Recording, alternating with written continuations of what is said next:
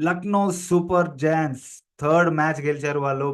వాళ్ళు ఆడిన 5 మ్యాచెస్‌లో 3 మ్యాచెస్ గెలిచారు. ఆ గెలిచిన 3 మ్యాచెస్ గూడా వాళ్ళు పూరన్ అండ్ మార్ష్ ఇద్దరు ఆడడం వల్లనే గెలిచారు. సో, లక్నో సూపర్ జైంట్స్ గురించి మొత్తంగా మాట్లాడదాం. ఈ 5 మ్యాచెస్‌లో వాళ్ళ పర్ఫార్మెన్స్ ఎలా ఉంది? వాళ్ళు ఎలా ముందుకెళ్తున్నారో తెలుసుకుందాం. Let's get into the video.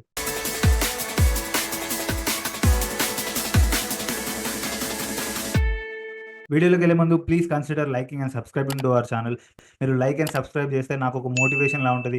మంచి వీడియోస్ చేయాలి, మంచి అవుట్‌పుట్ ఇవ్వాలని. So, please consider liking and subscribing to our channel. వీడియోలోకెళ్ళిపోదాం. వీడియోలోకెళ్ళిపోతే లక్నో సూపర్ జైంట్స్ వాళ్ళ థర్డ్ విన్‌ని రిజిస్టర్ చేశారు కోల్కతాకి అగెయిన్స్ట్‌గా ఈడెన్ గార్డెన్స్‌లో. చాలా మంచి గేమ్ అది. టైట్ ఫైట్ వచ్చింది ఇద్దరి టీమ్స్ మధ్యల. హై స్కోరింగ్ గేమ్, చాలా టైట్ ఫైట్ అండ్ లాస్ట్‌లో లక్నో వాళ్ళు గెలిచారు. లక్నో ఈ టోటల్ 5 మ్యాచెస్ పెర్ఫార్మన్స్ చూస్తే మనం వాళ్ళ బ్యాటింగ్ మొత్తం రిలయబిలిటీ మార్ష్ అండ్ పూరన్ మీదనే ఉంది. వీళ్ళిద్దరు పెర్ఫార్మ్ చేయకపోవడం వల్లనే ఆ 2 మ్యాచ్‌లు ఓడిపోయారు వీళ్ళు. ఆ ఓడిపోయినది గూడా. సో, ఈ 5 గేమ్స్‌లో చాలా మంచిగా పెర్ఫార్మ్ చేశారు ఇద్దరు. అండ్ వీళ్ళకి ఈ లాస్ట్ 2 గేమ్స్‌గా ఏడెన్ మార్క్రమ్ గూడా తోడయ్యాడు. ఏడెన్ మార్క్రమ్ గూడా 2 మంచి నాక్స్ ఇచ్చాడు వీళ్ళకి. సో, దానివల్ల వీళ్ళ లోవర్ మిడిల్ ఆర్డర్ కొంచెం ఎక్స్‌పోజ్ అవ్వకుండా మిగిలిపోయింది. యాక్చువల్లీ వీళ్ళ లోవర్ మిడిల్ ఆర్డర్‌లో చాలా కన్సర్న్ ఉంది. రిషబ్ పంత్ వీళ్ళకసలు పెర్ఫార్మే చేయట్లేదు బ్యాటింగ్‌లో. కాంట్రిబ్యూషన్స్ రావట్లేదు రిషబ్ పంత్ దగ్గర నుంచి. దాని తర్వాత మిల్లర్ దగ్గర నుంచి కూడా ఇప్పటివరకు మంచి పర్ఫార్మెన్స్ రాలేదు. దాని తర్వాత అబ్దుల్ సమద్ నుంచి పర్ఫార్మెన్స్ రాలేదు. షాబాజ్ అహ్మద్ నుంచి రాలేదు. సో, వీళ్ళకి ఆ కన్సర్న్ ఉంది lower middle order and middle order బ్యాటింగ్‌లో. ఆ టాప్ 3 మాక్సిమం పర్ఫార్మ్ చేశారు ఈ 5 మ్యాచెస్‌లో కాబట్టి లోవర్ మిడిల్ ఆర్డర్ అంతగా ఎక్స్‌పోజ్ అవ్వలేదు. కానీ ఆహ్, పోను పోను వీళ్ళ ఫార్మ్ కొంచెం తగ్గే అవకాశం ఉంది. సో, అప్పుడు ఆ లోవర్ మిడిల్ ఆర్డర్ కొంచెం స్టెప్ అప్ అయ్యి వాళ్ళు లోవర్ మిడిల్ ఆర్డర్ కొంచెం కాంట్రిబ్యూట్ చేయాల్సిన అవసరం ఉంది నెక్స్ట్ మ్యాచెస్ నుంచి. వీళ్ళ బౌలింగ్‌లో స్టార్టింగ్‌లో చాలా కన్సర్న్ ఉండే. సీజన్ స్టార్ట్ అవ్వకముందు అవేష్ ఖాన్ గాని, మోసిన్ ఖాన్ గాని, మయాంక్ యాదవ్ వీళ్ళు ముగ్గురు ఇంజ్యూర్ అయిపోవడం. సో, సీజన్ స్టార్టింగ్‌లోనే వీళ్ళకి ఆ డ్రాబ్యాక్ అనేది కనిపియడం. శార్దుల్ ఠాకూర్‌ని మోసిన్ ఖాన్‌కి రిప్లేస్‌మెంట్‌గా లోపలికి తీసుకురావడం. శార్దుల్ ఠాకూర్ ఎప్పుడైతే అన్‌సోల్డ్ ప్లేయర్‌గా ఎళ్ళాడో ఆక్షన్‌లో దాని తర్వాత లోపలికొచ్చి ఆ ఫస్ట్ 2 మ్యాచ్‌ల్లో పటాపట వికెట్లు తీసేయడం. మ్యాచ్ దాదాపు ఫస్ట్ మ్యాచ్ వీళ్ళకి గెలిపిచ్చేయడం. సో, అక్కడ వీళ్ళకి ఆ బూస్ట్ అనేదొచ్చింది.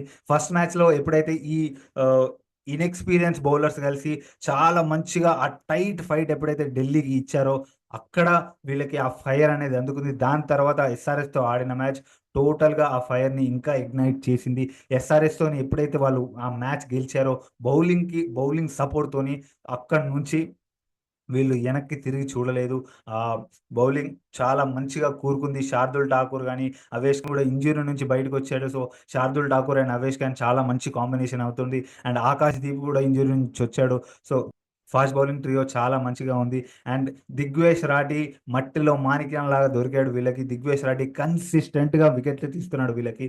బ్యాక్ టు బ్యాక్ 3 మ్యాచ్‌ల్లో 2 వికెట్లు తీశాడు దిగ్వేష్ రాఠీ. సో, మట్టిలో మాణిక్యం అనే చెప్పుకోవాలి దిగ్వేష్ రాఠీ.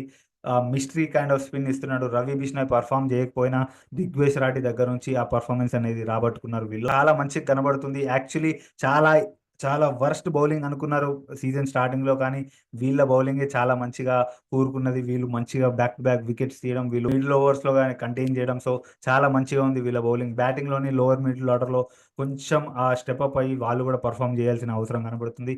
సో, వీళ్ళ సీజన్ చాలా మంచిగా ముందుకు సాగుతుంది. సో, హోప్ వీళ్ళు క్వాలిఫై అవుతారని. సో, మీరేమనుకుంటున్నారు లక్నో సూపర్ జైంట్స్ గురించి నాకు కామెంట్స్‌లో చెప్పండి. Please do like this video and subscribe to our channel. Next వీడియోలో మళ్ళీ కలుద్దాం. Until then